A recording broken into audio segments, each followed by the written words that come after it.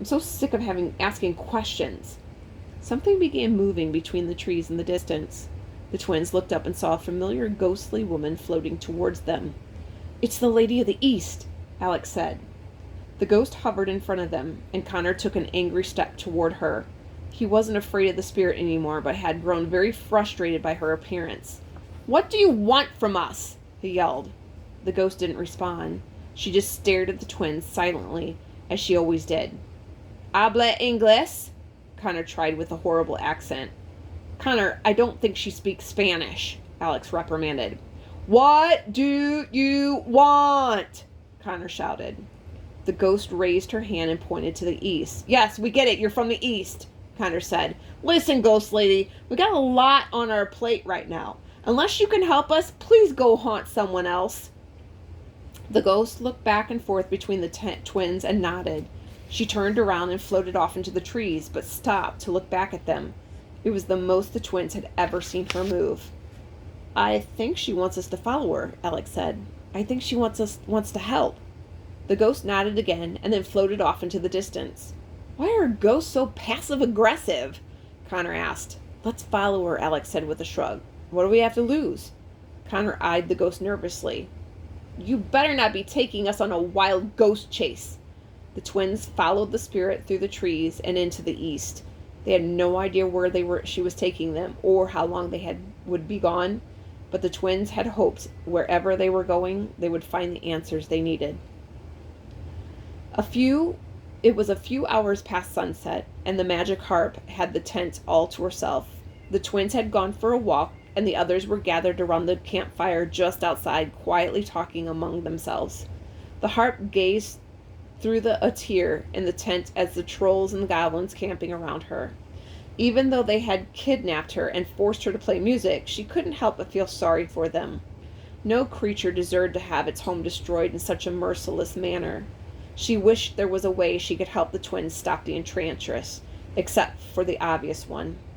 The wand of wonderment was resting on a tree stump on the ground in front of the harp. She had been keeping as much distance from the wand as possible. Every time she saw it, a strange, alluring sensation swept through her, as if it was being magnetically drawn to it. The harp knew she was meant to be a part of the wand. She just worried what her incorporation would cost her. "So tragic," said an airy voice in the tent. "I gave the troll queen a proper warning. So she only has herself to blame."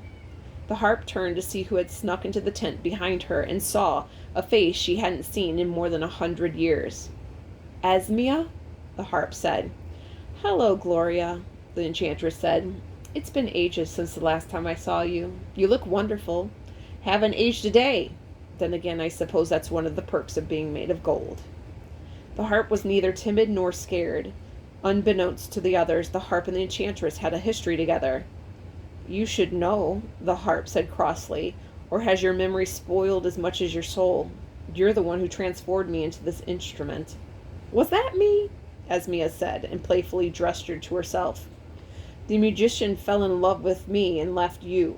You turned me into an object and captured his soul, so I would be forced to live forever and spend eternity without him." "How cruel," Esmia said. "Sounds like something I would do, though."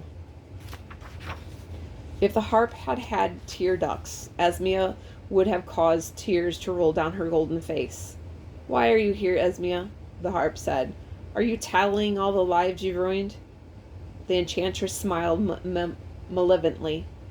"No, I came to see that expression on your face. I've waited over 100 years to see those eyes fill with the bleakness of seeing your whole world crumble around you," she said, "because you were responsible for putting that same look into my eyes once." "You still blame me for the musician's mistake?" the harp said. "Oh, please, the fault was shared," Esmia said. "You let him pursue you even though you knew it was breaking my heart. You didn't think hurting me would have a consequence because, like the rest of the world, you thought I was powerful in ability but weak in spirit." "And now you're satisfied?" the harp asked.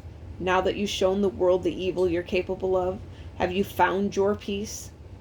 "I may not be fully satisfied yet, but I will be soon," Esmia said. "I have big plans for this world."